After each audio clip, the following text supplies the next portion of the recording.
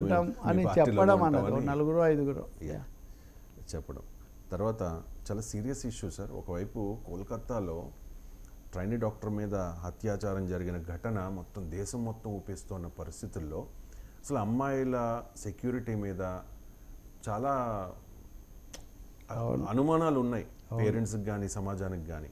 అటువంటి పరిస్థితుల్లో ఆంధ్రప్రదేశ్లో కృష్ణా జిల్లాకు సంబంధించి గుడ్లవల్లేరు ఇంజనీరింగ్ కాలేజీలో వాష్రూమ్స్లో హిడెన్ కెమెరాస్ పెట్టి గత కొన్ని రోజులుగా అమ్మాయిల చిత్రాలన్నీ కూడా రికార్డ్ చేస్తూ చాలా జుగుప్సాకరమైన విషయం సార్ ఇది.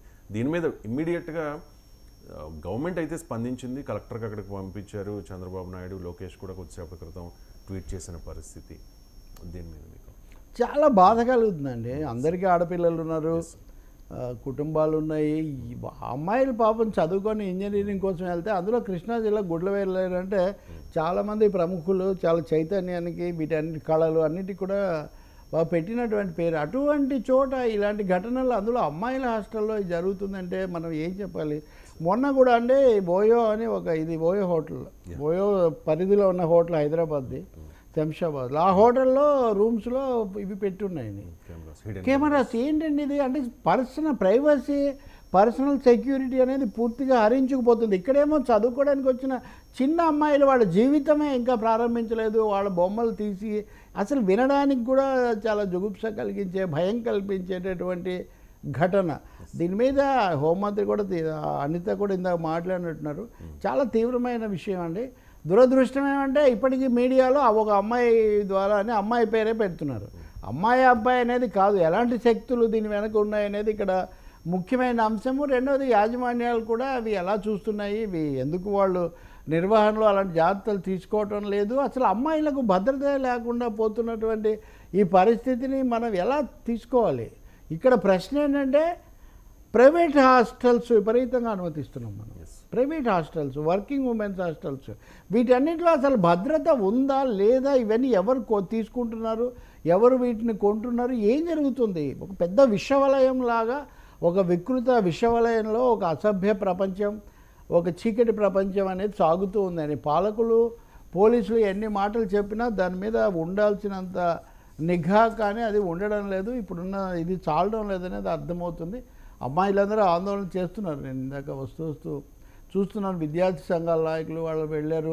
చాలాసార్లు ఘటనలు జరిగినప్పుడు జరిగిన చోటును బట్టో మనుషులను బట్టో వాటిని మనం మాఫీ చేయడం, హుషప్ చేయడం వల్ల ఈ ధోరణులు ఇవి భయంకరంగా పెరిగిపోతున్నాయి. చాలా ఆందోళనకరమైన, మొత్తం సమాజం ఇది సిగ్గుతో తలదించుకోవడం అంటారు చూడండి, అలాంటిది చేసేవాళ్ళు ఎవ్వరైనా కానీ చాలా దారుణమైన అంశం.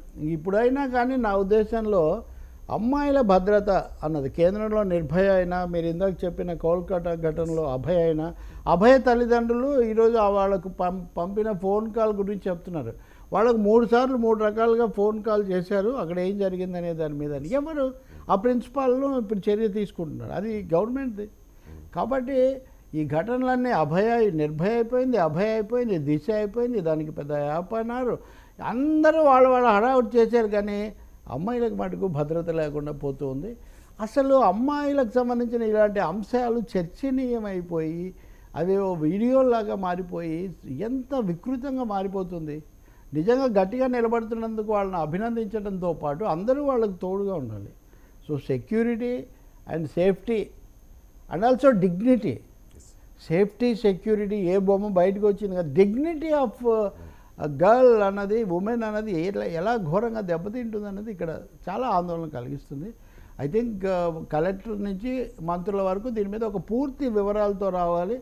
రాష్ట్రంలో ఉన్న హాస్టల్స్, ఆ రాష్ట్రమైనా తెలంగాణ అయినా దేశంలో అయినా, ఈ హాస్టల్స్ భద్రత మీద ఒక మాన్యువల్ కూడా రూపొందించాల్సిన అవసరం పూర్తిగా ఉంది. చాలా ఫేమస్ కాలేజ్ సార్ అది, కొన్ని వేల మంది పెద్ద కాలేజ్ అది. అవును, చాలామందికి అంటే ఆ కాలేజీలో చదువుతున్న అమ్మాయిల తల్లిదండ్రులకు, బంధువులకు, వాళ్ళకి కూడా ఒక అనుమానం ఉంటుంది కదా సార్, మా వీడియోలు రికార్డ్. అవునండి, చాలా అంటే భయం అండి. ఇప్పుడు ప్రభుత్వం ఇమ్మీడియట్గా యుద్ధ ప్రాతిపదికన చేయాల్సింది ఏంటి? ఎందుకంటే వన్స్ అవి ఏమన్నా బయట రిలీజ్ అయితే ఇంకా వాళ్ళ అంటే నెంబర్ 1 ఒక దోషిని అరెస్ట్ చేశారని కూడా చెప్తున్నారు. వాళ్ళ ద్వారా లింక్లు ఏంటో తెలుసుకోవాలి, వాటన్నిటిని డిమాలిష్ చేయాలి. మూడవది దీనికి సంబంధించిన నెట్వర్క్ మాఫియా ఏముంది అనేది తెలుసుకోవాలి. నాలుగవది ఈ శక్తులు ఎక్కడెక్కడ విస్తరించి ఉన్నాయి అనే దాన్ని కూడా ఐడెంటిఫై చేయాలి. ఐదవది వీళ్ళకు మద్దతుగా ఉన్న వాళ్ళు ఏంటి తెలుసుకోవాలి. ఆరవది యాజమాన్యము, అక్కడ నిర్వాహకులు, వాళ్ళ పాత్రను గురించి కూడా తెలుసుకోవాలి మనం. అంటే ఎవరినైనా కదా, ఒక ఘటన జరిగినప్పుడు ఎవరికైనా కానీ నోటీస్ ఇస్తారు, అందులో ఇంకా వేరేది లేదు. సో ఈ విధమైన ఒక సమగ్రమైనటువంటి దృక్పథం టైం బౌండ్గా కూడా చేయాలి. చాలా కీలకమైనది, రాజకీయాలు ఇందులోకి రాకూడదు. పార్టీలు లేకపోతే వాళ్ళు ఎవరి వైపు కాదు, లేకపోతే ఇంకా ఏ అంశం కూడా కాకుండా జరిగిన దాన్ని తప్పును సరిదిద్దడము, అమ్మాయిలకు న్యాయం చేయడము, భద్రత భరోసా కల్పించాలి.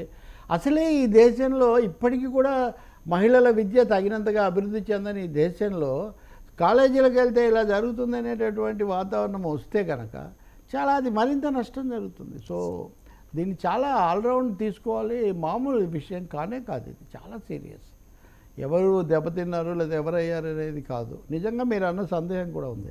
ఇంకోటి కూడా మనం తీసుకోవాలి, వీ డోంట్ కేర్ అనేటటువంటి ఒక భరోసా కూడా అమ్మాయిలకు కూడా కల్పించాలి.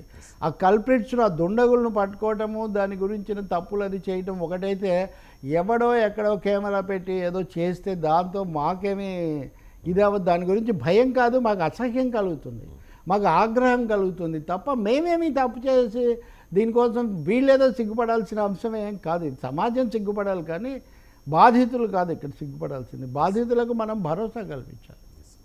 ఇక వైసీపీ గవర్నమెంట్ వెళ్ళిపోయింది.